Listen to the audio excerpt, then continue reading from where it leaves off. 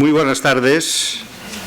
En primer lugar, pues quisiera disculpar a don Sebastián Alós, que por motivos de salud no puede estar entre nosotros, para, como es lógico, como presidente de la Comisión de Espiritualidad, hacer pues la presentación de la semana. La Semana de la Espiritualidad este año tiene como lema la espiritualidad cristiana desde la cruz y la resurrección.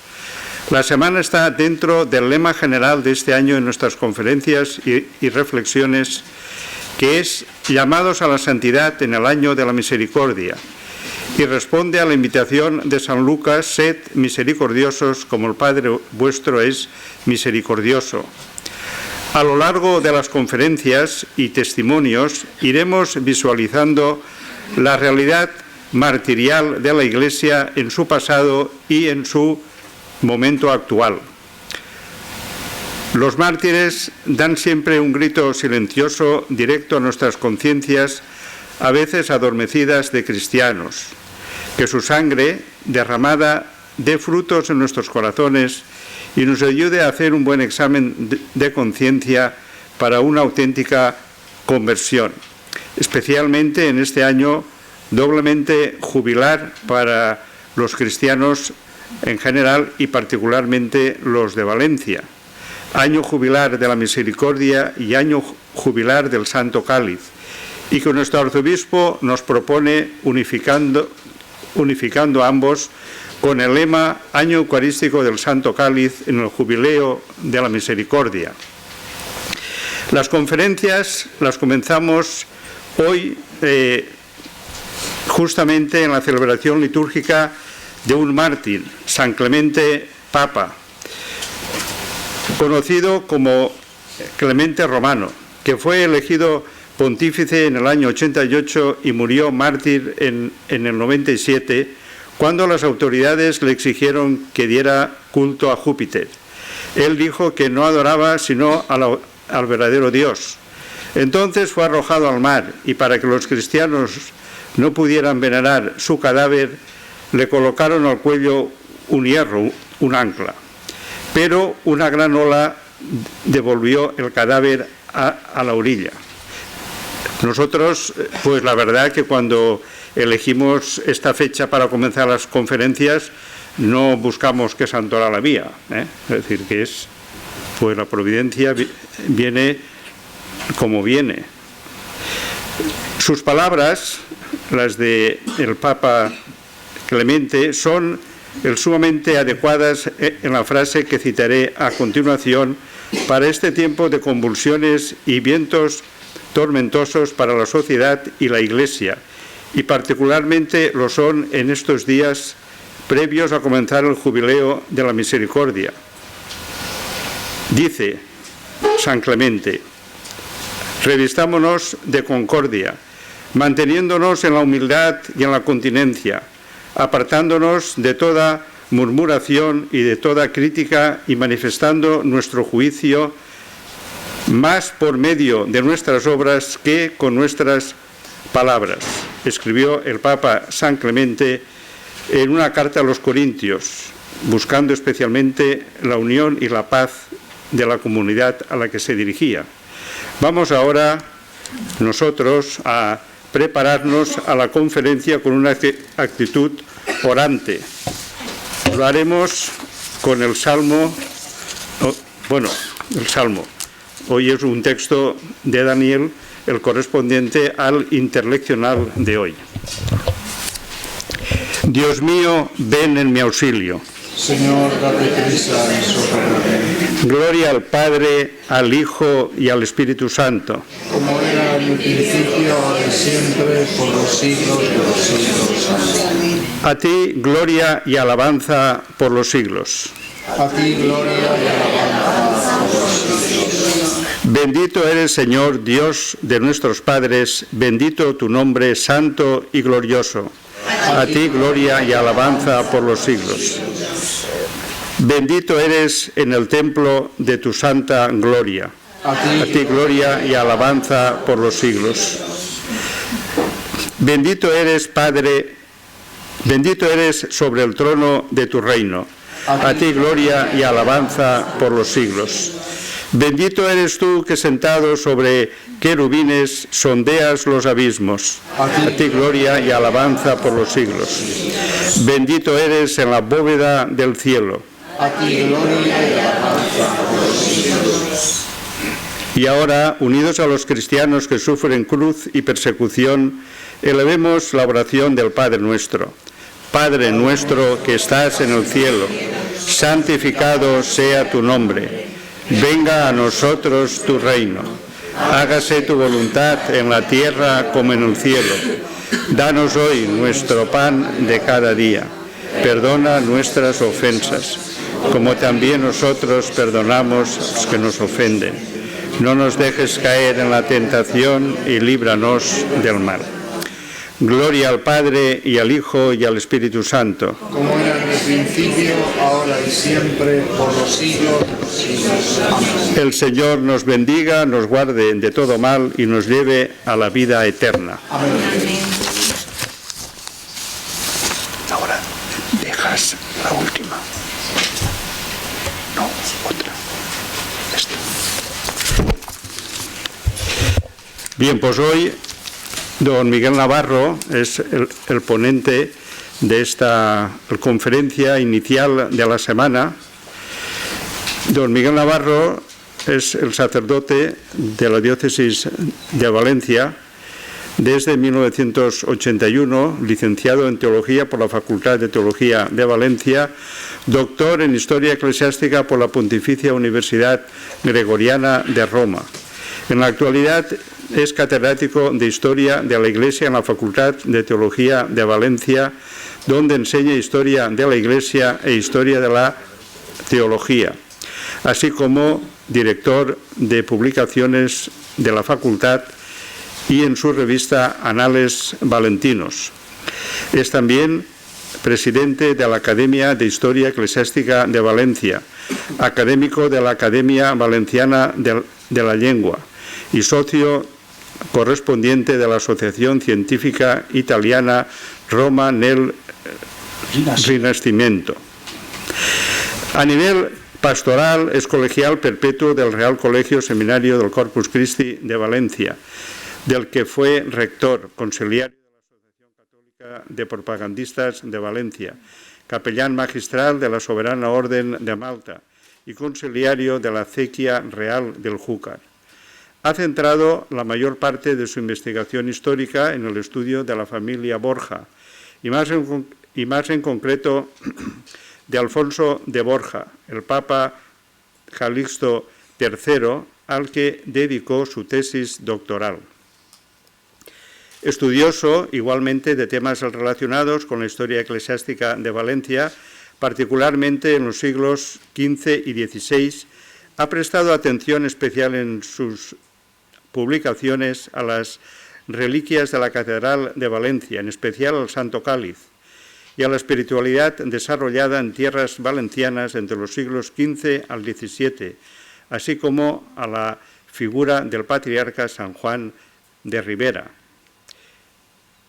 Pues bien, hoy nos va a hablar de la realidad martirial de la Iglesia como una realidad fundante de lo que la Iglesia fue, es y será hasta el final de los tiempos. Pues damos la palabra a don Miguel para que nos ilustre con su conferencia. Muchas gracias, don Rafael, por la amable presentación. Voy a hablar de la espiritualidad martirial en la esencia de la Iglesia.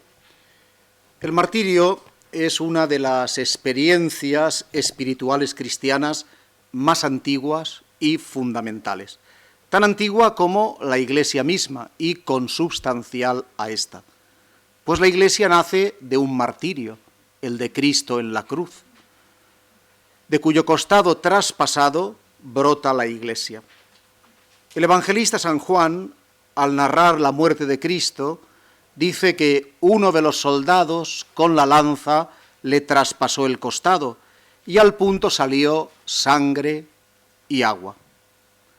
Sangre y agua son símbolos de la Eucaristía y del bautismo, los sacramentos por los que entramos en la Iglesia y nos consolidamos en ella como miembros vivos unidos a la cabeza que es Cristo. Así pues, el martirio es una realidad inherente a la Iglesia y por eso no debe extrañarnos que se dé permanentemente en la historia de ella, con mayor o menor incidencia, de un modo o de otro. Pues en la Iglesia, si el cristiano es fiel a su misión, no puede disociarse de la suerte de su maestro, de su Señor, despreciado, rechazado, burlado, perseguido, crucificado. El mismo Cristo lo anunció varias veces a los discípulos: en el mundo tendréis pruebas, todos os odiarán por mi causa. Si en el leño verde se hace esto, en el seco, ¿qué se hará? Por desgracia, a menudo la ausencia de persecuciones lo que indica es una acomodación al mundo, una disminución del espíritu cristiano, una debilitación del mismo que hace que no sea la sal y la luz del mundo y por lo tanto no provoque, no queme, ni deslumbre, no incomode y en consecuencia no sea perseguido. Por otra parte, el martirio es la condición de fecundidad de la Iglesia. Jesús lo afirma claramente: si el grano de trigo no cae en tierra y muere, queda infecundo. Y se refería a su sacrificio en la cruz, con el que todos nosotros estamos configurados por el bautismo y con el que debemos configurarnos cada día de un modo espiritual y, si fuera necesario, también de un modo material, entregando nuestra vida, como la de Cristo, para dar testimonio del Padre, del amor del Padre, de la verdad. Ya en los primeros días de la Iglesia naciente se vio esta fecundidad del martirio, cuando en Jerusalén, según narran los Hechos de los Apóstoles, se desató una violenta persecución contra los cristianos helenistas, de la que fue víctima San Esteban, el protomártir. Pues bien, esta persecución no logró sofocar la pequeña Iglesia, sino todo lo contrario, la difundió por el mundo, pues, como se nos dice en el libro de los Hechos, los prófugos, los cristianos perseguidos, iban difundiendo la buena noticia. Es el capítulo 8 de los Hechos de los Apóstoles. Es decir, la persecución provoca la expansión de la Iglesia, su salida de los estrechos límites de Jerusalén y su apertura al mundo entero. Y así es siempre. La persecución es beneficiosa para la Iglesia, le hace crecer, aunque nos cueste creerlo, aunque no veamos materialmente los resultados. Como dijo Tertuliano, la sangre de los cristianos es una semilla, que siempre se traduce incorrectamente por aquello de que la sangre de los mártires es semilla de cristianos, pero la sangre de los cristianos es una semilla que produce nuevos cristianos. Desde su nacimiento, la Iglesia experimentó el martirio, la persecución. En primer lugar, como hemos visto, fue la oposición del judaísmo, en cuyo seno había nacido. Después, el cristianismo naciente tuvo que sufrir la persecución del Imperio Romano, que consideraba a los cristianos ateos, seguidores de una superstición depravada, de efectos sociales nefastos y, por lo tanto, nocivos para el Estado, para la sociedad. Sería muy interesante profundizar en este tema de las causas de las persecuciones en el Imperio Romano, pero no tenemos tiempo para ello. Solo decir que las persecuciones tuvieron un carácter religioso, fueron por motivos religiosos. Baste solo saber que la Iglesia, desde su mismo nacimiento, se vio sometida a la persecución y al martirio, porque ambas realidades le son inherentes, aunque no siempre se trate de un martirio cruento, pero de un modo u otro la Iglesia siempre experimenta la persecución y el martirio. Lo cierto es que la experiencia martirial marcó los primeros siglos de la Iglesia y de un modo u otro ha estado siempre presente en la vida de ésta como un valor al que no puede renunciar. Y lo está también en la actualidad, visto el gran número de cristianos que en diversas partes del mundo continúan siendo perseguidos, encarcelados, vejados, torturados y asesinados a causa de su fe, en mucho mayor número que en las persecuciones de la antigüedad. De tal modo que, como dijo un gran estudioso del tema, el francés Louis Bouillet, no es exagerado afirmar que después de los escritos del Nuevo Testamento, ningún otro factor ha tenido tanto peso en la constitución de la espiritualidad cristiana como la experiencia martirial. El martirio, pues, continúa siendo el criterio de la fe. ¿Hasta dónde vale tu fe? Hasta lo que estés dispuesto a sacrificar por ella, por supuesto. Si es poco lo que das por ella, poco vale tu fe. Si lo das todo, es que es tu valor máximo. El martirio continúa siendo el criterio de la fe, el valor culminante de la experiencia religiosa, en cuanto don supremo de adoración y de amor a Dios. Vamos a ver rápidamente los elementos esenciales de la espiritualidad martirial en la Iglesia antigua. No los vamos a ver todos, solo, pues lo más importante. Todo sería, daría ocasión para un curso monográfico. Y vamos a hacerlo para que nos sirvan de reflexión y de estímulo a nuestra propia espiritualidad, que nos digan algo hoy. Pero antes de entrar en ello, veamos un poco de filología bíblica acerca de la palabra martirio y mártir, porque en la literatura neotestamentaria se encuentran las premisas de la noción cristiana de mártir y marcan ya muy estrechamente lo que se va a indicar allí. En la literatura griega, el término martis, en griego mártir, se usaba sobre todo en el ámbito forense, es decir, en el campo judicial, para indicar el testigo oficial en un proceso o en un acto jurídico, un testamento, una compraventa, etc.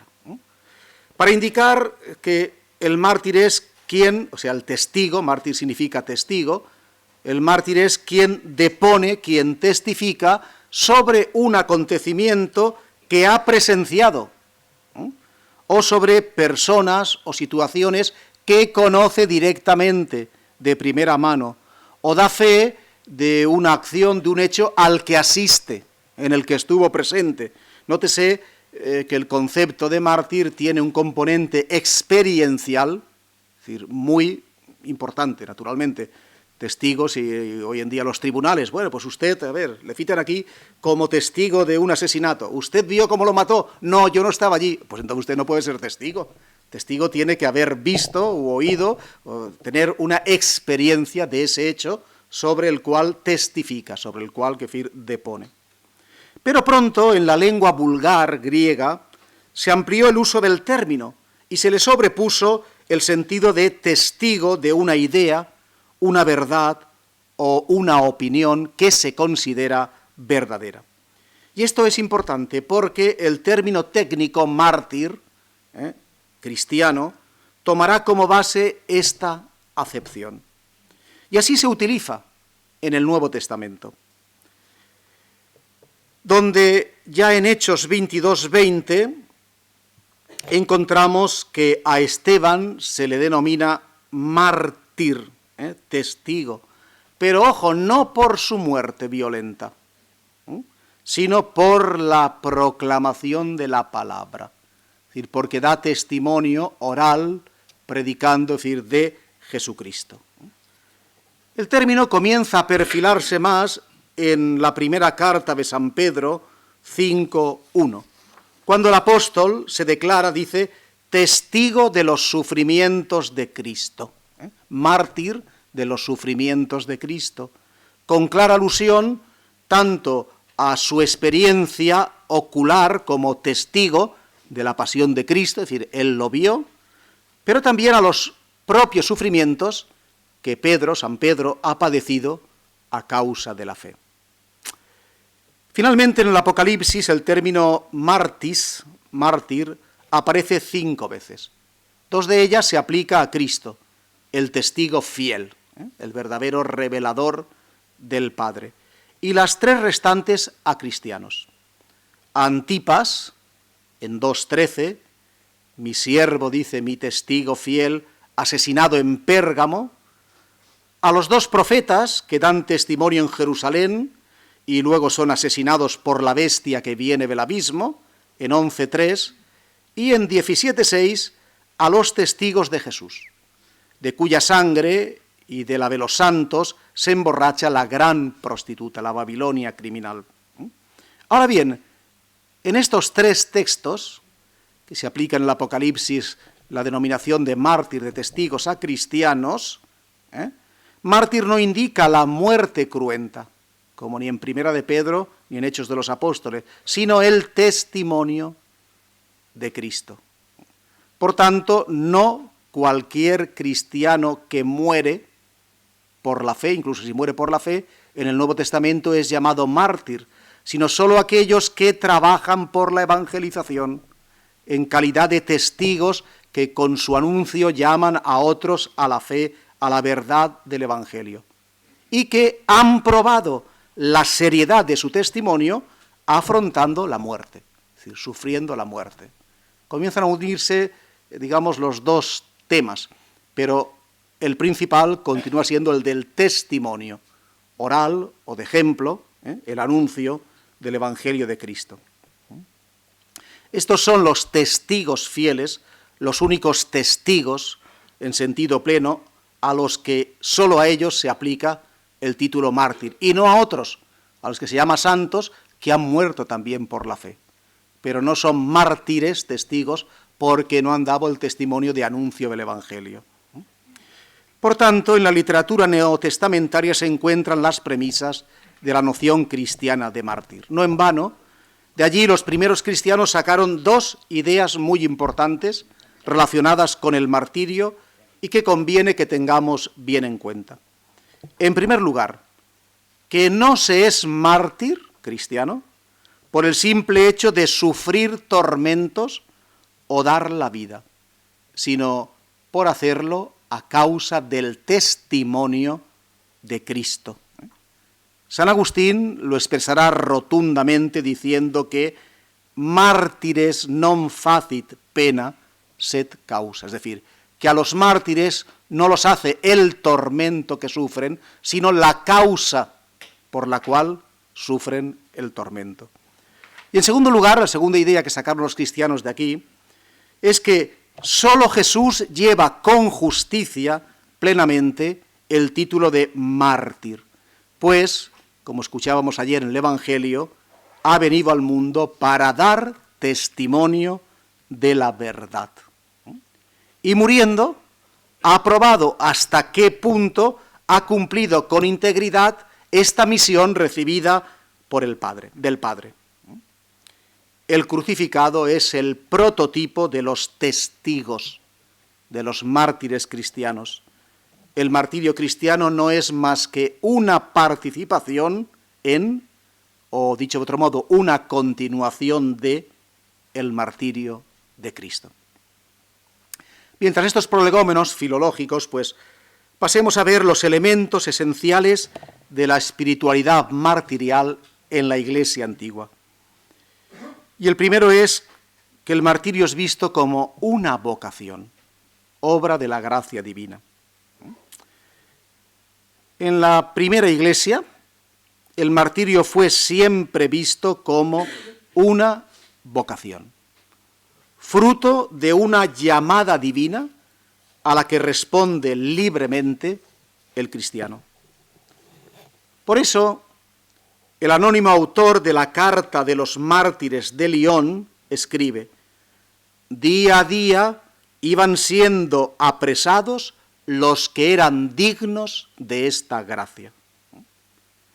En efecto, el martirio no es tanto como pensamos nosotros el fruto de una decisión heroica de entregar la vida, cuanto más bien obra de la gracia divina, que por una inescrutable voluntad, un designio que el hombre no puede llegar a saber, llama a algunos al testimonio supremo de la entrega de la vida, mientras a otros no, bien porque no los considere dignos, bien porque tiene otros planes sobre ellos, no quiere que pierdan la vida para que realicen otra misión, o bien porque no es todavía su hora, serán mártires más tarde. Por ejemplo, el caso de San Cipriano, que va rehuyendo la persecución diversas veces hasta que al final pues ya muere mártir.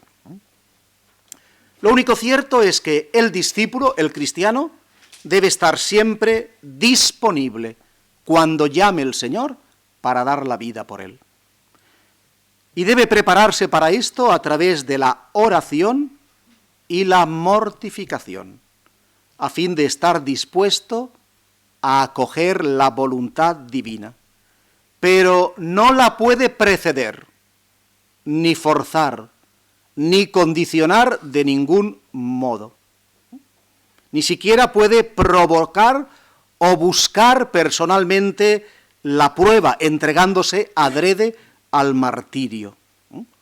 Esta postura es condenada por la Iglesia, quien busca adrede el martirio. Esto lo hacían los herejes montanistas. Y la Iglesia, lo desaconsejaba totalmente. Pero, cuando el cristiano se ve conducido delante de los tribunales, no reniega de su fe, porque considera esta como un valor más grande, preferible a la vida. Unas palabras de San Cipriano resumen bien el pensamiento de la Iglesia de los primeros tiempos sobre este punto. Ninguno de vosotros, dice el santo obispo de Cartago a sus fieles, ninguno de vosotros se presente espontáneamente a los gentiles. Pero si uno es arrestado y entregado a los magistrados, debe hablar, claro, que no reniegue la fe, que la exponga allí, porque Dios, presente en nosotros, hablará en ese momento. Pues él, dice, prefiere la confesión a la autodenuncia pública. Es en la carta 21. Por tanto, como he dicho, la Iglesia primitiva desaconsejaba vivamente entregarse voluntariamente al martirio. Esto era una postura herética propia de los rigorosos montanistas, exacerbados, exagerados, que además, pues despreciaban todo lo material y por eso querían perder la vida cuanto antes y además como mártires para asegurarse de ese modo, el ingreso en el cielo. Porque no es el hombre quien decide ser mártir, sino Dios. Así pues, el martirio, repito, presupone una vocación particular. Dios llama a todos los cristianos al testimonio, a la confesión de la fe, por supuesto, a que vivan públicamente de acuerdo con su fe, pero solo a algunos les reserva el privilegio de hacerlo con el derramamiento de su sangre. De aquí el apelativo, el calificativo eletti, es decir, elegidos, reservado a los llamados a dar la prueba suprema de amor a Cristo en el martirio. Y los tratados martiriales, como los de Orígenes o de Tertuliano, pues vemos que a los que están en la cárcel esperando ser ajusticiados, pues se les llama de esta manera: oh vosotros, dichosos, elegidos, elegidos por Dios para ser sus mártires. Esta idea la compendia de nuevo San Cipriano en su obra De Mortalitate, es decir, sobre la mortalidad o la condición mortal humana. Una obra que él dirige a los fieles de Cartago turbados por la llegada de la peste en los años 252, 253, y que produjo numerosas víctimas.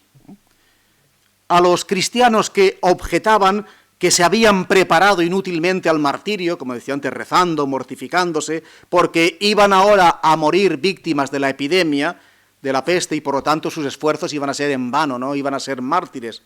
El santo obispo les responde: el martirio no depende de ti, sino de la elección de Dios. Por tanto, no puedes decir que has perdido lo que no sabes si habrías merecido recibir. Y además les dice que Dios conoce el corazón del hombre, conoce sus entrañas, lo interior, lo íntimo, dice, y Él ve cómo te has preparado, los sacrificios que has hecho, la oración que has practicado, dice, y Él te recompensará también esto, te lo recompensará como si hubieras muerto mártir. Ahora bien, la gracia divina en el martirio no se limita solo a la invitación al martirio, a la vocación, sino que acompaña todo el itinerario del testimonio martirial. Por gracia es llamado un cristiano al martirio, y por gracia lo acepta, y por gracia lo soporta pacientemente. Todo en el martirio es consecuencia de la gracia, tanto la confesión pública como el sufrimiento, el martirio. O sea, gracias a la gracia, valga la redundancia, la criatura aguanta la prueba sin prestar atención a los sufrimientos que sufre, o sin dejarse aterrar por estos, pues vive ya en la dimensión divina. La gracia de Dios le coloca ya en una cierta sobrenaturalidad. Es el Señor quien, al lado del discípulo que ha llamado al martirio, le infunde fuerza para sostener las diversas pruebas, de manera que las supere victoriosamente. A este respecto, el autor del Martirio de San Policarpo escribe: dichosos y encomiables son todos los martirios que suceden según la voluntad de Dios. Por eso dirá, debemos ser más religiosos y atribuir a Dios la fuerza en los tormentos. El mártir era consciente de que él no era un superhombre, no tenía él la fuerza para aguantar, sino la gracia de Cristo, como después veremos, Cristo mismo que sufría en él. Ahora bien, esta acción de la gracia divina que llama al martirio presupone la decisión libre del hombre, su colaboración y adhesión. Dios no sustituye nunca a la persona humana.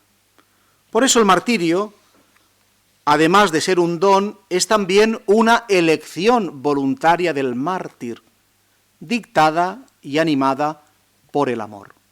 Es una respuesta generosa a la invitación del Señor. Una voluntad personal que implica la aceptación valiente de la voluntad de Dios.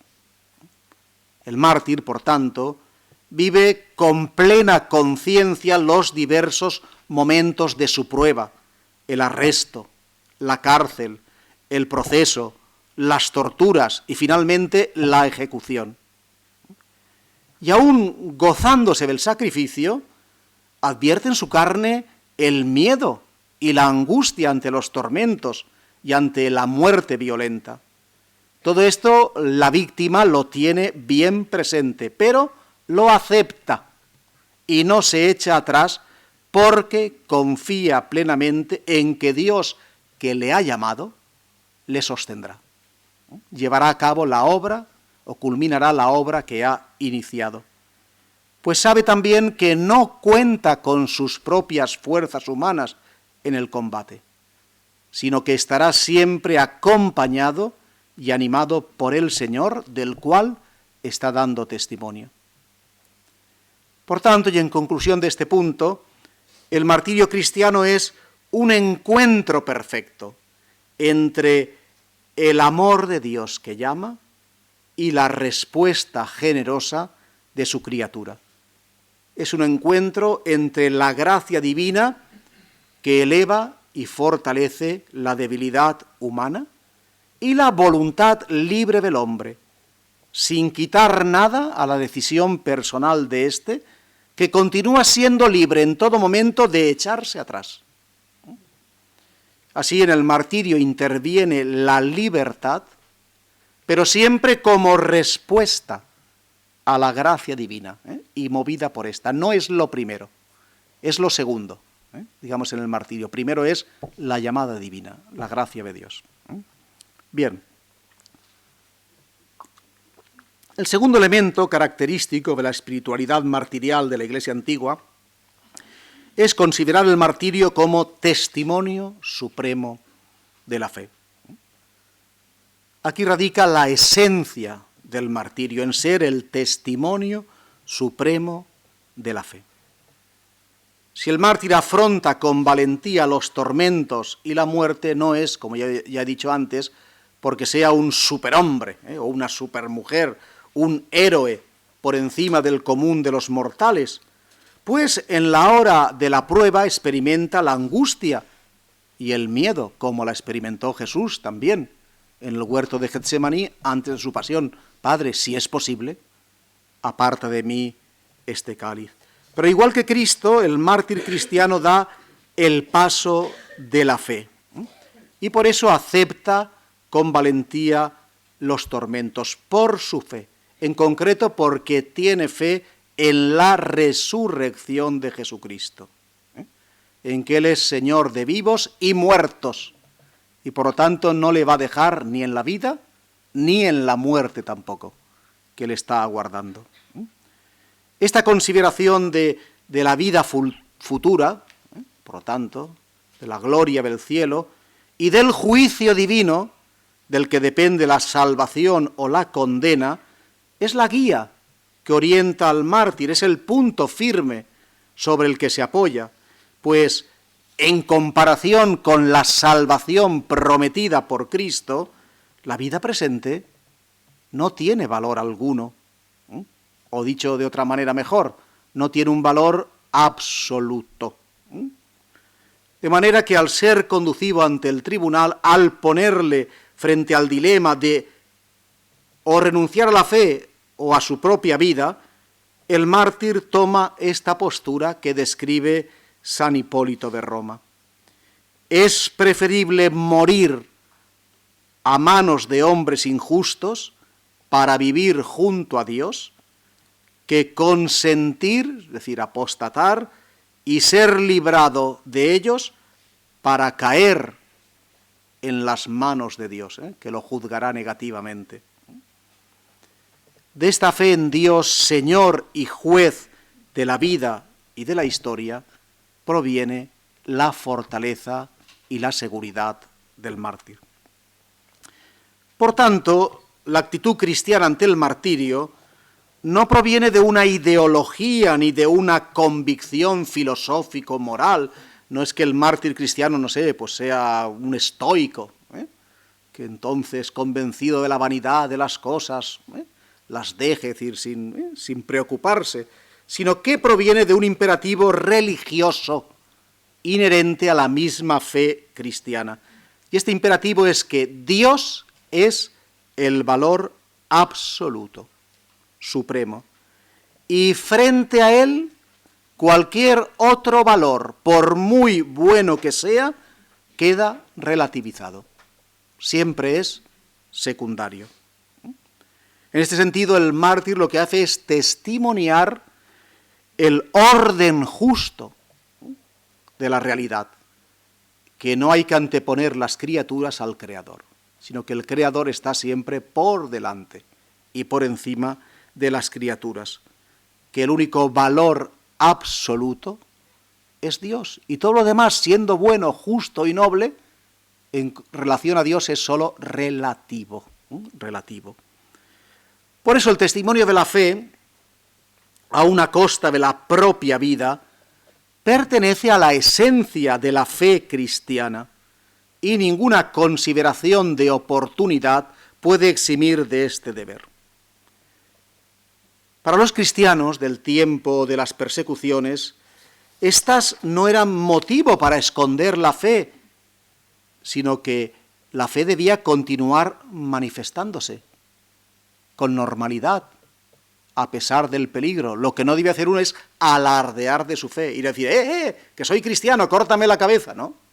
Pero uno tenía que continuar viviendo como cristiano. El cristiano tiene que vivir públicamente como tal, sin miedo a las autoridades, a las personas que se burlan, a las persecuciones, etcétera. Debe continuar, por así decir, su vida normal. Pero, ¿cómo fortificar la fe para dar este paso? Porque es muy fácil decirlo, pero después muy difícil hacerlo, porque surge el miedo. Pues transformándola en esperanza viva. Como ya he dicho, la fortaleza para vencer en el martirio proviene de la confianza en Dios. Por eso, a propósito del pasaje de Daniel en el foso de los leones, San Hipólito, en su comentario al libro de Daniel, exclama: «¡Qué poderosos son los que ponen su esperanza en Dios más que en los hombres!». Lo pueden todo, pueden incluso entregar su vida. Por tanto, en el fondo del martirio cristiano se encuentra una actitud de confianza en Dios, o de fe, si quieren, de fe confiada en Dios, y por lo tanto de amor hacia Él. El móvil del martirio no es el deseo egoísta de asegurarse la gloria, como hacían los herejes montanistas, sino el deseo de darse a Dios por completo para dar testimonio de Él en un mundo que le es hostil, para dar testimonio de lo que uno ama, y es su vida. Lo que empuja a tal generosidad no es un esfuerzo heroico, titánico, de índole moral, sino el amor de Dios, que el mártir experimenta y al que responde con su amor. Es decir, todo lo doy al que me lo ha dado todo. Bien, el tercer elemento de la espiritualidad martirial antigua es considerar, por lo tanto, en consecuencia con lo anterior, el martirio como perfección de la vida cristiana, porque la perfección de la vida cristiana está en el amor. Y el martirio es considerado como la perfección de la vida cristiana por la caridad que lo anima. Es decir, no por la valentía del mártir, no por el gesto, es decir, tan sorprendente y valeroso de entregar la vida, sino por la caridad que anima ese gesto, porque nadie tiene amor más grande que el que da la vida por sus amigos. Por eso el mártir abandona conscientemente y dolorosamente, no nos pensemos que el mártir iba al martirio como si fuera un tour turístico, a un viaje de placer, no. Abandona también dolorosamente cuanto más quiere sus bienes, su casa, sus amigos, su familia, o padres, o hijos, la misma vida por Dios, por Cristo. O sea, digamos que se anula humanamente en lo que tiene y en lo que es para ser de Cristo, para ser completamente de Dios, para afirmar la prioridad de Dios sobre todo y el poder de Dios sobre todo. De este modo le testimonia su amor, sin dejar que nada ni nadie, ni siquiera su propia vida, se anteponga al amor de Dios. Es algo que se vivirá después, por ejemplo, en la espiritualidad monacal, que nacerá cuando cesen las persecuciones, de alguna manera para intentar revivir también la experiencia martirial, y así, por ejemplo, pues San Benito escribirá en su regla: no antepongáis nada al amor de Dios, es decir, al amor de Cristo. El monje no puede anteponer nada, lo primero es Dios, es decir, su amor. Pues bien, todo esto se percibe en el testimonio de los mártires de los primeros siglos. Su preocupación es actuar en conformidad con la voluntad de Dios, cumplirla sin dejarse condicionar ni por las amenazas ni por los halagos. Son conscientes de que el haber sido elegidos para dar testimonio de la fe en el martirio es un grandísimo don que Dios les ha hecho, y que no responder generosamente sería traicionar a quien les ha amado tanto. Así, la ofrenda de su propia vida es un sacrificio de acción de gracias a Dios. Y esto explica el entusiasmo y la alegría que muestran a pesar de los tormentos. Entusiasmo y alegría que tienen una raíz sobrenatural, y no natural, no humana, no de ninguna consideración de tipo estoico, como decía yo antes. Bien, el cuarto elemento de la espiritualidad cristiana que es central es considerar el martirio como seguimiento perfecto de Cristo. Porque no comprenderíamos todavía, a pesar de lo dicho, lo que el martirio era para los primeros cristianos, si no lo entendiéramos como seguimiento o imitación perfecta de Cristo. Yo soy el camino, la verdad y la vida. Nadie va al Padre, sino por mí. Él es el único por el que se puede llegar al Padre. Es el modelo supremo de obediencia hasta la muerte, a la voluntad de Dios. Se rebajó, haciéndose obediente hasta la muerte de cruz, como dirá el himno de Filipenses. Cristo, con su pasión y su muerte, es el modelo de todo mártir cristiano, al que se conforma, con el que se configura. Y así se comprende que los mártires de Lyon no quisieran ser llamados mártires, diciendo que solo a Cristo corresponde el título de mártir. Ellos no eran más que imitadores del único mártir que es Cristo. Y Orígenes llamará a Cristo el archimártir, como el mártir por excelencia, por encima de todo. Naturalmente, la imitación de Cristo no se limita al martirio, se extiende a toda la vida del cristiano. Hay que imitar su bondad, su humildad, su generosidad, su paciencia, etcétera, etcétera. Pero en el martirio esta imitación encuentra su realización más completa. Al imitar a Cristo sufriente, entregado por nuestra salvación. Pues el mártir revive en sí mismo, no sólo místicamente, sino también físicamente, el misterio de Cristo muerto y resucitado, el misterio pascual al cual ha sido asociado en el bautismo, y que todos debemos de revivir diariamente de un modo espiritual, renunciando al pecado, luchando contra el pecado, sacrificándose por evitar el pecado y viviendo en el orden, en el amor, es decir, de Dios. Pero es que el mártir además le imita no solo espiritualmente, sino también de manera física, con la entrega cruenta de su vida, y revive de esa manera la entrega de Cristo al que ha sido asociado por el bautismo.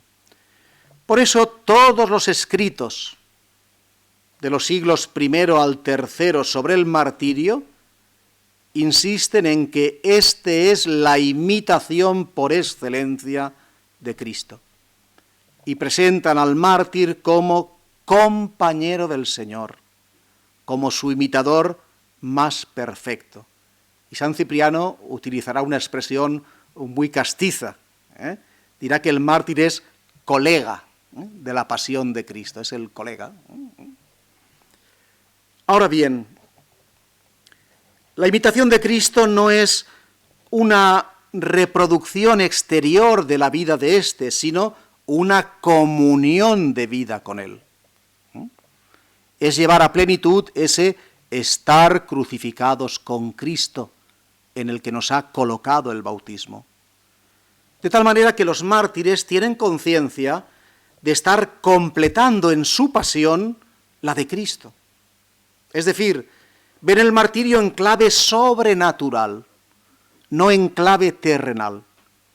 Por la cruz, por el martirio, por la muerte, se va a la resurrección, a la vida, a la gloria. Esa es la perspectiva del mártir cristiano, una perspectiva completamente pascual, de vivencia del misterio pascual. No se queda en una imitación externa de los sufrimientos de Cristo, sino que es también un participar en su muerte, es decir, muerte sobre todo al pecado, para participar también en su resurrección. Sin esta perspectiva escatológica, el martirio sería obra de un fanático, de un loco, y no de un testigo de Cristo. La conciencia que tiene el mártir cristiano de esta unión con Cristo victorioso sobre la muerte, con Cristo resucitado, es la que le infunde serenidad y alegría en sus pruebas. ¿Por qué? Porque posee ya por la fe los bienes en los que espera. Es decir, goza por anticipado del premio que alcanzará a través de la prueba. Están seguros de que Cristo, al que han confesado, dará testimonio a favor de ellos ante el Padre y los introducirá en la gloria, según su propia palabra, la palabra del Señor. Si alguno se pone de mi parte delante de los hombres, también yo me pondré de su parte delante de mi Padre celestial. Bien, en quinto lugar, el martirio es visto en la espiritualidad de los primeros cristianos como el don por excelencia del Espíritu y un combate con Satanás. No se puede comprender al mártir cristiano, como no se puede comprender nada en el cristianismo, y le decía yo a mis alumnos, explicando patrística, sin la acción del Espíritu Santo. Porque el Espíritu Santo es el único que puede poner a Cristo en nosotros. Entonces no se puede comprender nada en cristiano, ni la Iglesia, ni la Eucaristía, ni los sacramentos, nada, ni la eficacia de la palabra de Dios sin la acción del Espíritu Santo. Por eso para los primeros cristianos el martirio era el carisma, es decir, el don, la gracia por excelencia del Espíritu Santo. Era su don, su fruto, consecuencia de una efusión sobreabundante de su gracia y de su amor. Por eso los escritos sobre los mártires dirán que estos están llenos del Espíritu, o ardientes con su fuego. Se dirá que tienen en ellos al Paráclito, al Defensor. Y así es el Espíritu Santo quien dirige al mártir a cumplir plena y perfectamente la voluntad divina, a responder a la vocación que se le ha enviado, a configurarse completamente con Cristo. Es el Espíritu quien habla por ellos cuando son interrogados, de acuerdo con la palabra del Señor. No os preocupéis de lo que vais a decir, el Espíritu de vuestro Padre hablará por vosotros. Pues los primeros cristianos eran muy conscientes de esto, de que el Espíritu era quien les daba el valor para afrontar la prueba, la cárcel, los tormentos, el suplicio. Tertuliano, utilizando la imagen de los combates entre gladiadores en el circo, dirá que el Espíritu Santo es el entrenador de los mártires, el que los adiestra para la pelea, por lo que pueden estar seguros de la victoria, teniendo tal entrenador. Dichosos vosotros, dice la primera carta de San Pedro en su capítulo 4, dichosos vosotros si sois vituperados por el nombre de Cristo, pues el Espíritu de la gloria, el Espíritu de Dios, reposa sobre vosotros. Hay, por lo tanto, una relación directa entre martirio y Espíritu Santo.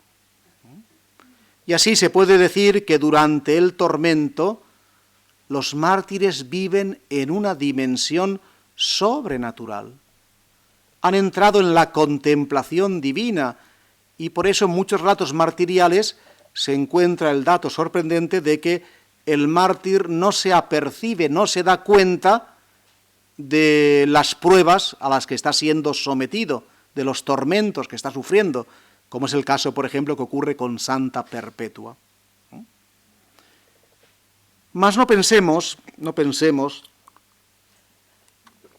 que esta asistencia del Espíritu Santo hace del martirio algo placentero, en absoluto.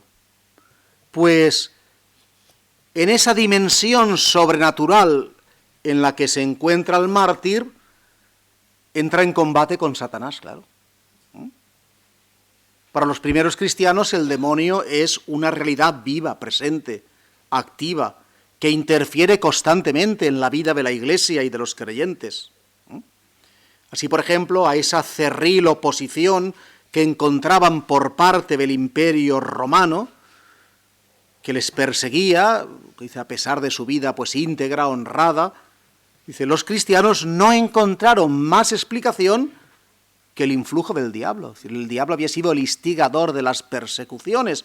¿Por qué? Porque se sentía amenazado por la fe cristiana y reacciona violentamente intentando eliminarla por todos los medios, incluida la persecución cruenta. De modo que si el Espíritu Santo está presente durante el martirio, sosteniendo al mártir, también lo está el diablo, tentándolo. El mártir no es un superhombre, como he dicho antes, no está privado de afectos humanos, sino que es una persona, también como he dicho, que renuncia libre, voluntariamente, pero también penosamente a todo lo que más quiere, porque valora más el amor de Cristo. Pero ahí está el diablo, en el momento del martirio, poniéndole por delante todo lo que deja, todo lo que deja. Y así en muchos relatos martiriales de la antigüedad vemos cómo el mártir tiene que resistir la tentación de los que van en nombre del diablo a intentar persuadirlo de que apostate.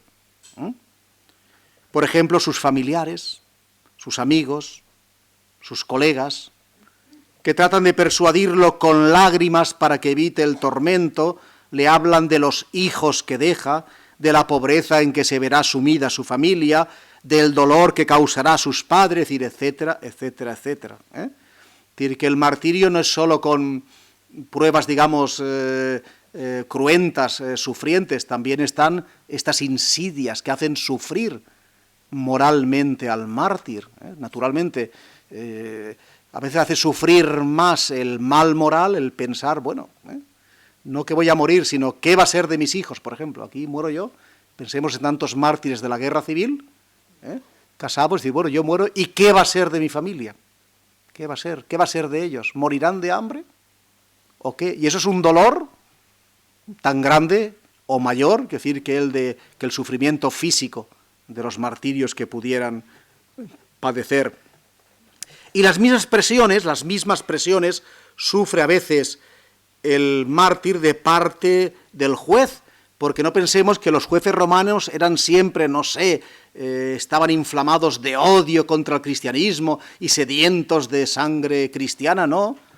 Los jueces a veces eran personas que no comprendían por qué este tal, es decir, bueno, pues por una supuesta fe tenía que perder la vida, e intentaban volverlo al buen juicio. Es un término que aparece mucho en los antiguos relatos martiriales. Se considera al cristiano como un loco, ha perdido el juicio y el juez quiere devolverlo al buen juicio. Y dice, pero hombre, pero piensa. Y a veces le propone, como es buena persona al juez, pues le propone una componenda, una vía media. Diga, bueno, pues hombre, mira, si no cuesta nada, solo derrama aquí unos granitos de incienso, ¿qué es eso? Eso no es nada, no es nada. Y tú dentro, en tu conciencia tal, pues continúa adorando a Cristo, pero haz un pequeñito, el mínimo acto externo de culto a los dioses de Roma para que yo pueda liberarte, porque yo no quiero condenarte a la muerte. Quiero liberarte, pero dame el mínimo pretexto para que yo pueda firmar el veredicto absolutorio. Y el mártir dice, no, de ninguna manera. Y también aquí, es decir, actúa el diablo, tentando al mártir, presentándole una salida cómoda, fácil, una vía de compromiso, digamos, como tantas veces hacemos nosotros. Una vía de compromiso. Bueno, pues vamos a servir a Dios y a lo que sea.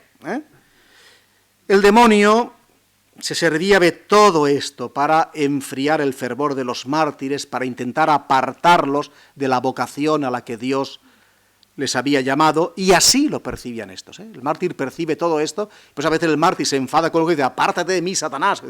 Tú estás hablando de parte de Satanás. Por eso los primeros escritores cristianos verán siempre el martirio como una victoria definitiva sobre el diablo y sus artimañas, lo cual solo es posible porque el mártir está en comunión con el Señor, con Cristo, y es Cristo quien actualiza en el mártir su victoria sobre las fuerzas del mal. Y lo importante es que los frutos de esta victoria no redundan solo en beneficio del propio mártir, sino de la comunidad eclesial entera, que, confirmada por el testimonio valiente de uno de los suyos, reforzada por los dones del Espíritu Santo que ha visto en él, resiste con más valor los embates del enemigo. Es decir, el ejemplo de fortaleza y de amor que da el mártir fortalece a otros cristianos, les infunde generosidad para confesar su fe, para entregar la vida si fuera necesario, redunda, por lo tanto, en bien de la Iglesia. Bien. En sexto lugar, y ya estoy acabando, el martirio es visto como una ofrenda eucarística. Es un aspecto muy bonito. Entre martirio y Eucaristía hay una relación especial por la que se contempla el martirio como un sacrificio de acción de gracias, una Eucaristía, en el que el cristiano es la ofrenda que se consagra a través de la inmolación. Quien lo expresó con más intensidad fue San Ignacio de Antioquía, cuando escribe a los romanos acerca de su próximo martirio: permitidme ser pasto de las fieras, gracias a las cuales alcanzaré a Dios. Trigo soy de Dios, y he de ser molido por los dientes de las fieras, a fin de convertirme en pan puro de Cristo. Como vemos, la resonancia eucarística es muy viva, muy intensa en este texto de San Ignacio de Antioquía. Y es que los mártires se alimentan de la Eucaristía. Mientras están en la cárcel, esperando el martirio, piden recibirla, pues la consideran, como dirá el mismo San Ignacio de Antioquía, fármaco de inmortalidad, antídoto que preserva de la muerte y asegura la vida para siempre en Cristo Jesús. De esa manera, alimentándose del sacrificio pascual de Cristo, se preparan para participar de sus padecimientos y experimentan que no solo tienen en sí mismos el amor de Cristo, que les impulsa a devolverle tanto amor con la entrega de su propia vida, sino que su propio cuerpo, es decir, el cuerpo del mártir, su persona, participa del sacrificio de Cristo y gracias a él se convierte en una ofrenda, en una víctima agradable al Padre. Diariamente beben la sangre de Cristo, dirá San Cipriano de los cristianos, diariamente beben la sangre de Cristo para que, si llega el caso, puedan también ellos verter su sangre por Cristo. Hay una interacción, Eucaristía, martirio. Y así Orígenes dirá que el martirio es la acción de gracias, la Eucaristía suprema del cristiano. Y un poco más adelante San Agustín afirmará que cuando los mártires derraman su sangre por los hermanos, no hacen más que devolver lo que recibieron de la mesa del Señor. Bien, esto nos lleva, por ejemplo, a pensar en Monseñor Óscar Romero, que muere celebrando la Eucaristía, o en tantos cristianos que en Irak o en África son asesinados mientras celebran, es decir, la Eucaristía. Hay una relación directa entre Eucaristía y martirio. Pero, en fin, no podemos entrar en ello muy pormenorizadamente, baste saberlo. Finalmente, en séptimo lugar, dentro de la espiritualidad martirial de la Iglesia antigua, el martirio de la vida cotidiana. Porque el martirio del que estamos hablando, el martirio cruento de la entrega de la vida, aunque es esencial a la Iglesia, es un hecho extraordinario. No siempre se da, ni a todos se les permite alcanzar una meta tan alta, tan sublime. Es una vocación reservada a unos pocos elegidos. De aquí el empeño puesto por los pastores de la primera Iglesia en señalar a sus fieles otras formas de perfección donde canalizar el ansia de una entrega total a Dios. No se trata tanto de formas alternativas o sustitutivas del martirio, cuanto de una profundización y extensión a la vida de los ideales que están en la base del martirio, los cuales no son otros que los principios propios de la espiritualidad pascual, bautismal. Y entonces ya a finales del siglo II, cuando decaen las persecuciones, porque hay, hasta el final de las persecuciones habrá un periodo de más de 40 años de paz, es decir, de tranquilidad, hasta que llegue la gran persecución de Diocleciano, pues entonces, cuando se da esto, más bien es en el siglo III, cuando descaen las persecuciones, comienza a hablarse en la Iglesia de la vida ascética, la vida moderada, virtuosa, como un martirio cotidiano. No porque se quiera sustituir al martirio, sino porque se es consciente de que la vida cristiana en sí misma es un martirio, pues supone crucificar el egoísmo, la vanidad, la soberbia, la sensualidad, etc. Supone negarse a sí mismo para seguir e imitar a Cristo con la cruz. Y así Orígenes escribirá: quienes mortifican en sus miembros los estímulos de la lascivia y de la cólera, ofrecen a Dios un sacrificio vivo. Y Clemente de Alejandría dirá: el cristiano da testimonio de noche, da testimonio de día, es decir, da testimonio a toda hora, no solo en el momento del martirio. Con sus palabras, con su conducta, siempre está dando testimonio. Llevando en todo la cruz del Salvador, sigue las huellas del Señor. Un texto muy, muy bonito. Pero será San Cipriano, como siempre, quien desarrollará una espiritualidad de la vida ordinaria centrada en el seguimiento y la imitación de Cristo sufriente, que se lleva a cabo, esta vida cristiana martirial, en la lucha contra el pecado y en la vivencia esforzada de las virtudes cristianas. Para el cristiano, dirá el santo obispo, no existe solo la corona que se gana en la persecución, la corona del martirio. También la paz tiene sus coronas, con las que somos coronados cuando salimos vencedores de los diversos y numerosos combates y de haber abatido y sometido al adversario, es decir, al diablo. Y así, gracias a San Cipriano, el ideal de la vida cristiana vivida según el espíritu del martirio, aunque no haya martirio cruento, se difunde por toda la Iglesia y produce, digamos, profundizaciones en el tema.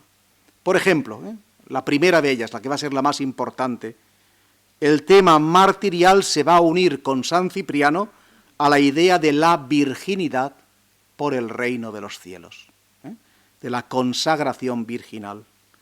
Precisamente San Cipriano escribirá un tratado de Vírgine, sobre la Virgen cristiana. Y Metodio de Olimpo escribirá que quienes se mantuvieron vírgenes por Cristo fueron mártires, en cuanto sostuvieron la lucha contra las pasiones corporales, no durante un breve periodo, sino por toda la vida, sin rehusar combatir en el combate olímpico de la castidad. A algunos Dios les concede la gracia del martirio cruento, pero a todos los cristianos les pide vivir el misterio de la cruz en su vida ordinaria. Les pide negarse a sí mismos, sacrificarse por hacer el bien, por vivir la caridad, vencer el egoísmo para servir al prójimo, llevar con paciencia los defectos ajenos o las injusticias que nos hacen. Les pide perdonar las ofensas, que es algo dificilísimo, hacer el esfuerzo de rezar, de leer y meditar la palabra de Dios en lugar de gastar el tiempo en ocios o diversiones. Y eso es un gran sacrificio también. Todo esto es ya un martirio. Claro. Como exponía el mártir Montano, imitar a Cristo de obra y de palabra, eso es sufrir el verdadero martirio y dar la prueba máxima de la fe, o ejemplo grande para el creyente. En conclusión, acabo. Hemos dicho que el martirio es el don por excelencia del Espíritu Santo. Pues bien, hoy que la Iglesia ha vuelto a convertirse en iglesia de mártires, debemos recordar que eso supone, si la presencia del martirio supone, un nuevo Pentecostés para la Iglesia.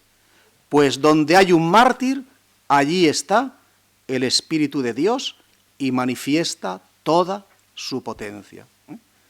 Si las pruebas arrecian, el Espíritu Santo no nos abandona, sino que nos fortalece aún más. Por lo tanto, no debemos temer, sino tener grandeza de ánimo, generosidad, valor para dar testimonio de Cristo, como afirmaba San Ignacio de Antioquía.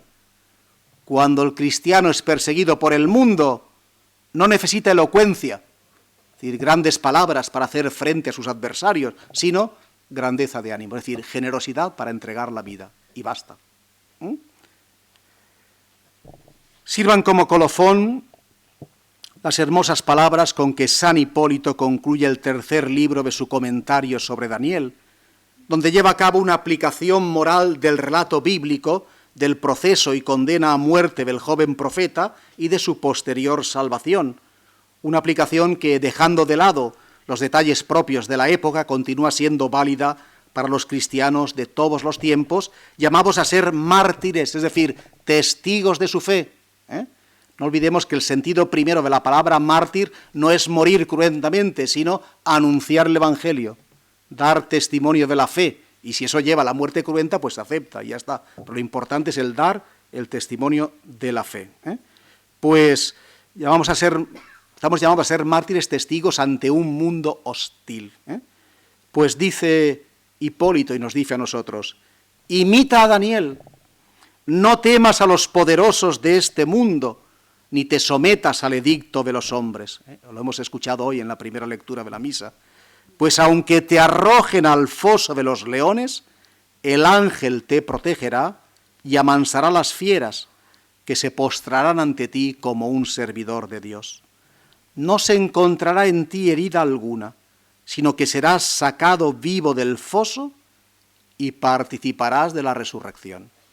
Serás señor de tus enemigos y darás gracias a Dios viviendo siempre, a quien sea la gloria y el poder por los siglos infinitos. Amén. Pues muchas gracias por su atención y, por supuesto,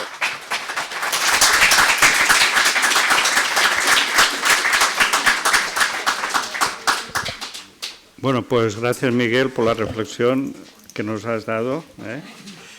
Y como Miguel es una persona muy cumplidora, pues nos ha traído preparada la conferencia. Por eso no tenían un esquema, porque ya estaba. Que se les dará ahora cuando salgan, de forma que pueden meditar todas las cosas que hemos escuchado. Hay algún pequeño error tipográfico, por ejemplo, podrán corregir. Y ahora pues daremos paso a 10 minutos de preguntas, por si alguien quiere hacer alguna pregunta. Vamos allá.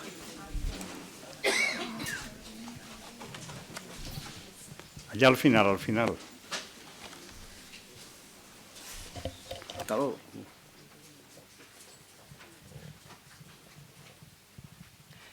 Hola, a mí me ha resultado muy interesante todo lo que ha hablado sobre el martirio.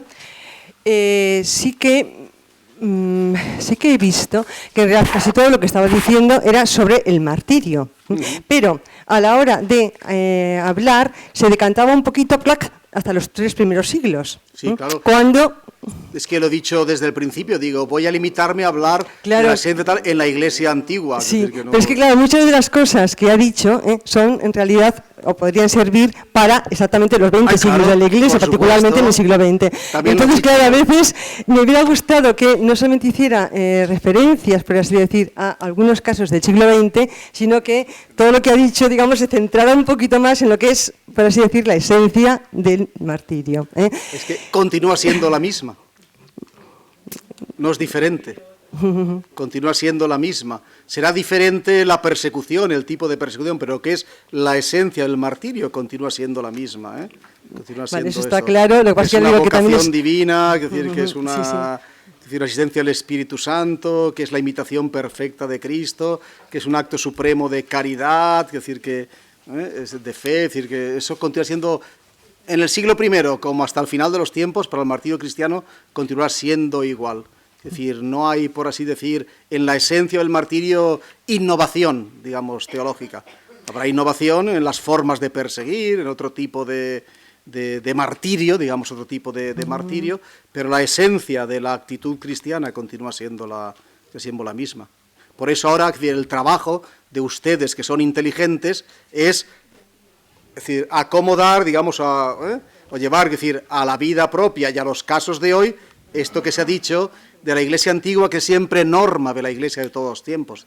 Es decir, la ventaja que tiene el estudio de la Iglesia antigua, y más de estos 4 primeros siglos, y en la gran época patrística y tal, es que de alguna manera es inspirativa. No es fuente solo la Biblia, la palabra de Dios, pero es fuente inspirativa, iluminativa. Quiero decir, ahí tenemos una guía, es decir, segura, hay una asistencia especial también del Espíritu Santo en esta época, a los primeros teólogos que escriben sobre el martirio, a los primeros que dan su vida por Cristo, claro, y entonces, bueno, pues hay que hacer ahora el trabajo de adecuación, es decir, que eso tiene que hacerlo cada uno. De acuerdo, vale, pues seguiremos entonces. Vale, muchas gracias. De nada. Bueno, una aclaración a la pregunta. Si el primer día se dice todo, claro, los 4 otros días, ¿qué vamos a hacer? Si leen detenidamente claro, el programa, verán cómo hay aspectos distintos y el último día los testimonios van a ser sumamente actuales. Claro. Una familia siria, con hijos, con problemas, en fin, de muertes de familiares allí, una nigeriana, pakistaní, es decir, en fin, eso todo es una invitación para que vengan los 5 días. Claro. Muy bien. Bueno. Cada cosa a su tiempo.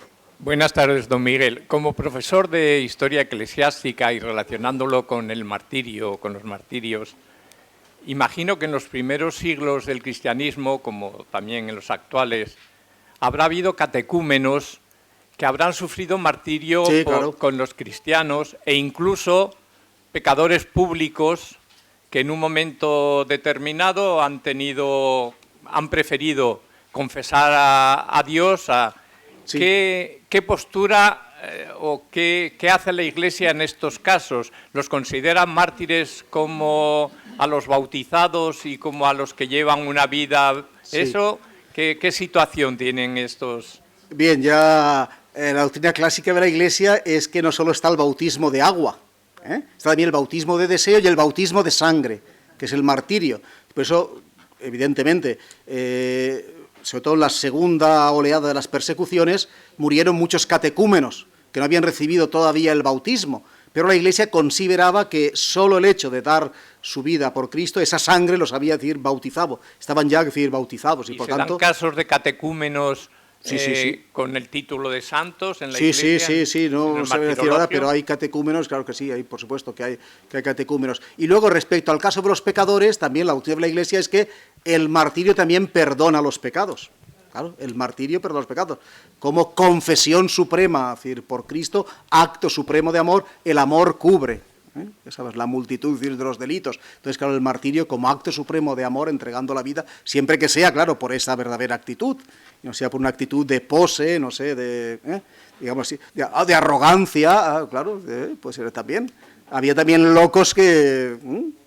Es decir, sí, tenemos relatos, también tenemos relatos, es decir, por ejemplo, sobre la muerte del peregrino, que escribe Luciano de Samosata, y ahí donde ves también el caso de un martirio, de que este peregrino, que está el pobre como una cabra, y es una especie de filósofo cínico y tal, pues nada, se arroja a la hoguera de los Juegos Olímpicos, que no era una antorcha como ahora, sino una hoguera, y ahí se arroja para demostrar que él pasaba de todas las cosas y nada, y para que lo consideraran Dios, y le hicieran un templo, efectivamente le hacen un templo y tal, pero en fin, es una obra satírica, que escribe Luciano de Samosata para, en cierto modo, burlarse también de los cristianos, porque él considera a los cristianos un poquito locos, también así. O, por ejemplo, el mismo Marco Aurelio, el emperador filósofo, consideraba que una locura esto que hacían los cristianos y pensaba que era por pose orgullosa.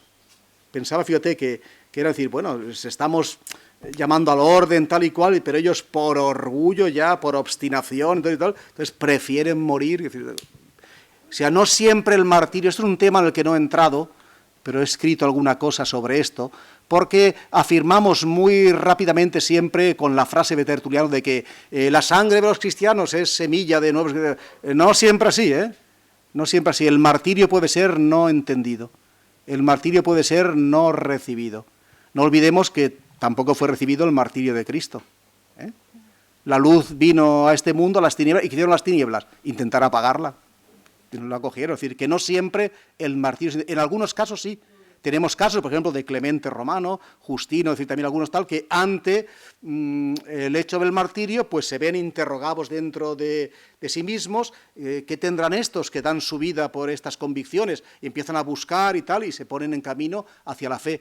Pero tenemos muchos otros más casos que lo que provoca el martirio es risa, burla, incomprensión, decir, están locos y tal. O sea, que no pensemos que el martirio da fruto mecánicamente, ¿no?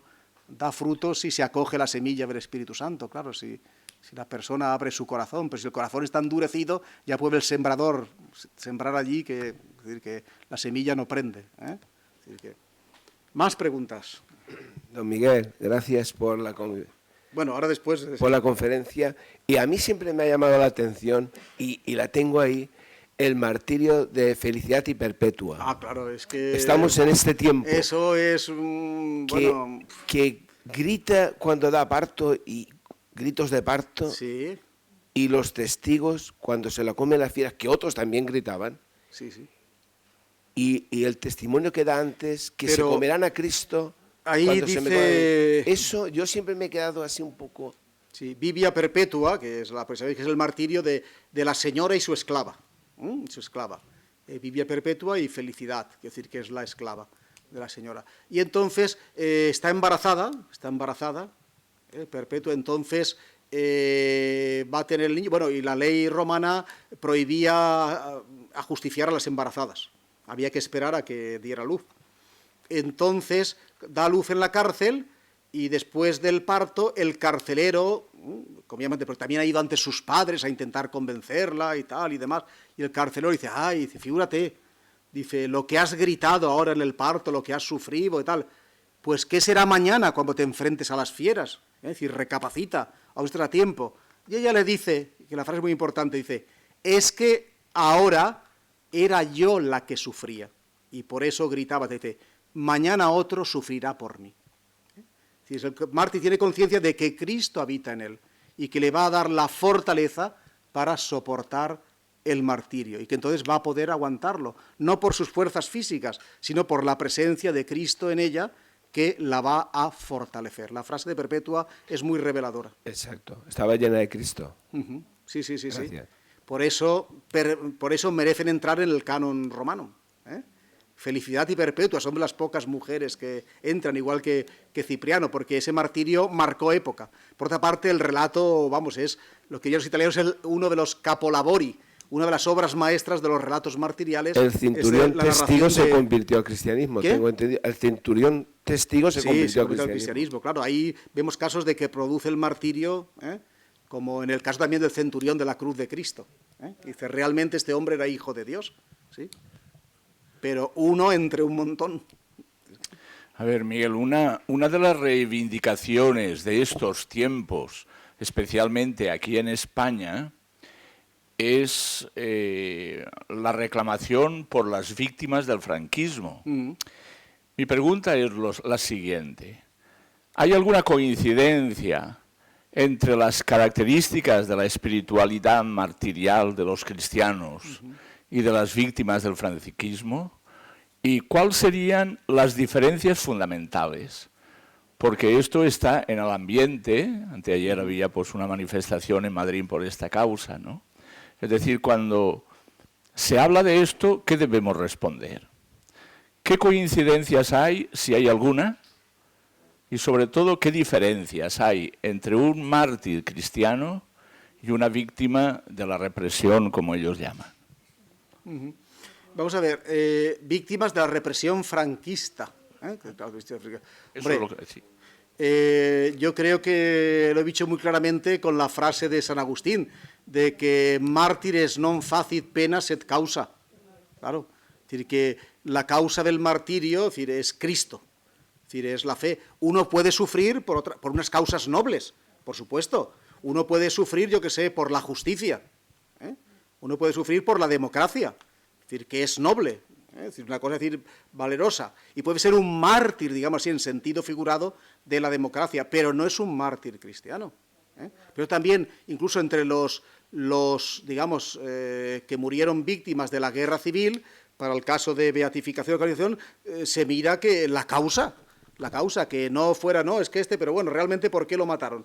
¿Por motivos políticos, ideológicos, tal, o puramente cristianos, puramente de fe? Eso hay que aquilatarlo mucho. Está aquí don Ramón Fita, que podría hablar mejor que yo de este tema. Hay que aquilatarlo mucho porque es ese el factor que hace al mártir cristiano, es la fe. Lo cual no quiere decir que a veces vaya mezclado, va todo mezclado. A veces va todo mezclado. Pero ¿cuál es el factor, digamos, prioritario? Tiene que ser la fe. Aunque también uno bueno, pues por su fe en Cristo, pues puede, yo que sé, sostener postulados democráticos, digamos así, y ser también por eso ajusticiado o sufrir represión. Pero ¿es directamente por Cristo o no? ¿O es más bien por causas ideológicas, políticas, sociales, económicas, tal? Eso es lo que hay que aquilatar bien. Y por eso están los procesos de beatificación o de canonización. Es decir, que no a todos los asesinados en la guerra civil, inmediatamente todos ya considerados mártires, considerados santos. No, hay que cribar, es decir, hay que mirar, porque hay que establecer eso, es decir, el factor de testimonio de la fe. Te digo que mártir no es el que da la vida, no solo el que da la vida, sino el que testimonia la fe, y por testimoniar la fe da la vida. Voy a decir después, da la vida, pero lo primero es el testimonio de la fe, y eso es lo que hay que aquilatar. Y entonces, claro, uno también puede dar su vida y entregar su vida también a causa de la fe por valores, bueno, como la justicia, la democracia, la solidaridad, el bien de los hermanos, es decir, la promoción de los pobres, y también, claro, casos de estos que vemos sobre todo en América Latina. Bueno, este ha sido asesinado, pero realmente, ¿por qué? ¿Ese ha sido asesinado? Por ejemplo, los jesuitas en San Salvador, es decir, bueno, ahí, ¿qué hay? ¿Son solo motivos políticos, son solo motivos, no sé, ideológicos, o es la fe? Ellos estaban haciendo un trabajo también de promoción social, pero, es decir, por su fe. Son casos que hay que aquilatar mucho. Por eso ha tardado bastante, ha sido muy valiente el Papa en la beatificación de Monseñor Romero, pues también estaba ahí la cosa, no, es que era que se metía en política, es que tal y cual, es que tal, y entonces, no, es decir, ha sido... A lo mejor se metía en política, pero por convicción religiosa, como consecuencia, es decir, de sus convicciones religiosas, pero lo que le lleva al martirio es la convicción religiosa que también le llevaba es decir, a la acción, digamos, social, a la acción social, pero hay que establecer eso, hay que dejarlo bien claro. No es fácil. No es fácil porque las aguas de la historia y más en estos procesos sociales tan complejos, pues son turbias, siempre son turbias. Y pues hay que esperar a que se vayan decantando, las aguas y sobre todo, bueno, pues dejar hablar a los testimonios contemporáneos, a las fuentes, hay que peritarlas bien, es decir, aquilatarlas bien y hacer un trabajo muchas veces casi de encaje de bolillos, bien nos habla don Ramón, que es un trabajo de encaje de bolillos, realmente ir sacando ahí todo. Bueno, espero haber contestado de alguna manera, porque no es fácil. Bueno, las dos últimas, O la última solo, si solo es una. No, dos. Igual no hay ninguna, ya la gente dice ya, Dos, arense más sopar. veo yo que por ahí algún dato Hombre, está medio. Alberto Piñero, y claro, Alberto... No, yo tengo una pregunta. Temo su pregunta. No hay que temer nada. Estos días, Sí. en las lecturas de la misa, estos días pasados, Sí. hemos estado repasando el libro de los Macabeos. Sí, Y entonces esto ha estado plagado de mártires. claro. Lo que pasa es que unos mártires muy especiales, porque no tenían referencia a un Cristo al que no conocían. Entonces, eso a mí, a la luz de todo lo que ha sido esta conferencia, me deja pensando, hablando desde la perspectiva humana, ya sé que la perspectiva humana no puede explicar, ¿no?, totalmente, pero ¿cómo cabe el martirio cuando no se tiene la perspectiva humana de Cristo? El conocimiento de Cristo. No se tiene, pues no se podía tener. Pero en segundo lugar, automáticamente, y se me ha ocurrido ahora, a lo mejor es una tontería, ¿puede existir el martirio en otras religiones? Porque dice el concilio que las otras religiones contienen semillas, me parece que le llama semillas de fe. Realmente, cuando puede haber, y seguro que hay en otras religiones, personas que mueren por esas semillas de fe. Y mueren por fe en un Dios al que no acaban de conocer bien, pero que íntimamente parece que sí, se enamoran y reciben la gracia suficiente como para resistir las provocaciones ajenas. No sé concluir nada, planteo el problema solamente Bien. para que digas lo que te parece. Vamos a ver, claro, lo que hay que aquilatar aquí es el concepto de mártir. El concepto de mártir. El concepto de mártir cristiano, es decir, es muy preciso. Es decir, es muy preciso. Es el que entrega su vida por el testimonio de Cristo. Entonces, si falta la referencia explícita a Cristo, no es un mártir cristiano. Podrá ser un mártir del Islam, un mártir, es decir, del budismo, respetable, por supuesto. Bueno, ya San Justino decía eso, bueno, pues que Sócrates murió mártir de la verdad, dirá San Justino, muere mártir de la verdad. Dice, y como la verdad es Cristo, pues estaba dando testimonio de Cristo, dirá San Justino, indirectamente. Y entonces podemos considerarlo cristiano, avant la lettre, digamos, antes de tiempo, pues vale, es decir, bien, pero eso lo dice San Justino. Es decir, pero para ser mártir, es decir, cristiano, hay que tener la entrega por Cristo. Don Ramón. No obstante, el Papa Juan Pablo II, en el año 2000, cuando hizo la magna ceremonia del anfiteatro romano, él quiso reconocer el martirio de otras religiones incluso. Claro. No solamente de los cristianos. Bueno, ahí él se decantaba más por los protestantes, ¿no? Lo que había sido la Segunda Guerra Mundial, lo que él había vivido, Juan Pablo II. Hombre, claro, Dietrich Bonhoeffer, por ejemplo, el caso de un Dietrich Bonhoeffer, pastor protestante, es decir, que entrega su vida, muere, digamos, en un campo de concentración.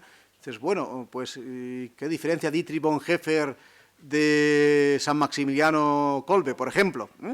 Kolbe. Es decir, claro, pero en el caso de Dietrich Bonhoeffer, es decir, es cristiano, es decir, claro, cristiano también. Porque una cosa dices, bueno, es que una cosa, vamos a ver, es decir, vale, yo puedo considerarlo como un mártir, incluso una persona digna de imitación, realmente, o ejemplo venerable, que dicen los macabeos, por ejemplo, de Matatías, o ejemplo venerable para las futuras generaciones. Efectivamente, por ejemplo, Gandhi, pues, aunque no sea así, bueno, es decir, no sea un mártir directo, pero lo asesinan, es decir, también, muere, es decir, de un atentado, bueno, o Martín Lutero King, es decir, pensemos, bueno, pueden ser, es decir, mártires por valores que en el fondo proceden del cristianismo. Claro, que proceden del cristianismo. Entonces, aplicamos la teoría de San Justino, indirectamente, digamos, son también mártires por Cristo, porque todo el que muere por la verdad, por la justicia, por el bien tal, está muriendo por Cristo. Sí, porque esos valores es el Espíritu de Cristo quien los pone en el mundo. El Espíritu de Cristo. Entonces podemos considerarlos mártires indirectos, claro, pero no son mártires propiamente cristianos. Es decir, no podemos hablar, yo que sé, de San Martín Lutero King o San... No se puede ratificar o canonizar oficialmente, pero por supuesto que estarán en el cielo y por supuesto que puedes encomendarte a ellos. Como estarán en el cielo, los santos canonizados son solo una pequeña parte. Como decía don Antonio Vilaplana, el SEAL es una sabatería. Y en el escaparate están los modelos de moda, que son los santos canonizados. Pero lo importante es estar en el almacén. Dentro del almacén hay un montón de... Decía, lo importante es estar en el almacén. Aunque no estés en el escaparate, que son los santos canonizados, lo importante es que estés dentro de la zapatería. Bueno, yo no hago preguntas, simplemente quiero responderle desde mi punto de vista a este señor. Mi padre es mártir, reconocido por la Iglesia. Y todos los 6 puntos que ha expuesto este señor, yo los he visto totalmente reflejados en él. Por lo tanto, un mártir tiene todos los aspectos que es que no me sale ahora Miguel, que ha dicho el conferenciante. Todos. Los veo todos. Hombre, sí.